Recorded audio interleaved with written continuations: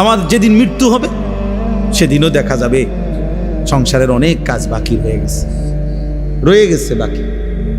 হয় চেয়ারের ফায়া ভাঙ্গা, জানালার ছিটকারি ভাঙ্গা, হ্যাঁ, সোফাটার মধ্যে বার্নিশ করলে বালা ছিল, ফ্রিজের তলে দিয়া পানি ভরে, নুন নাই, তেল নাই, সাবান নাই, এই না? তাহলে স্বার্থপর এই দুনিয়া শেষ করা যায় না। দুনিয়ার প্রয়োজন শেষ হয় না বন্ধু। এই বিদেশ প্রবাসী, আহা কি পরিমাণ মায়া লাগে। 12 ঘন্টা ডিউটি করে আবার আরো 6 ঘন্টা আরেক কোম্পানির স্যার কি করে 18 ঘন্টা, কেউ কেউ আর থাকে 6 ঘন্টা। এই 6 ঘন্টার মধ্যে বিশ্রাম কখন?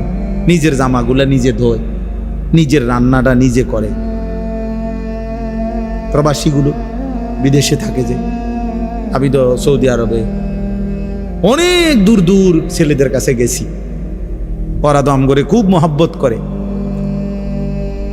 তাইলে এই নিজের রান্না নিজের, কত ছেলে যে বিশ্বাস করো ভাইয়া কি পরিমাণ কান্দে, আল্লাহর কসম।